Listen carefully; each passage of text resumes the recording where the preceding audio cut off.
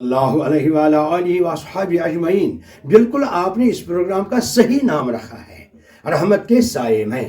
اور یہ بھی یاد رکھا جائے، جس طرح سیدنا محمد رسول اللہ صلی اللہ علیہ وسلم مومنوں کے لیے رسول رحمت ہیں، رسول مکرم ہیں، اسی طرح آپ صلی اللہ علیہ وسلم غیر مسلموں کے لیے رسول رحمت ہیں صلی اللہ علیہ وسلم۔ آپ صلی اللہ علیہ وسلم غیر مسلم کے محبت بڑے مخلصانہ ہدایہ، تحائف، گفٹس بھی قبول فرما لیتے تھے۔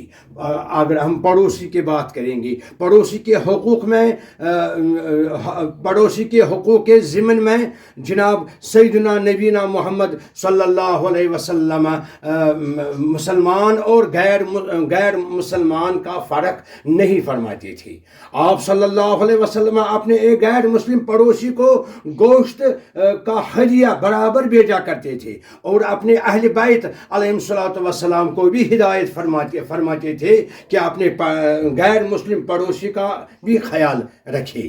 اسی کو کہتے ہیں رحمت کے سائے میں، صلی اللہ علیہ وآلہ وصحبہ اجمعین۔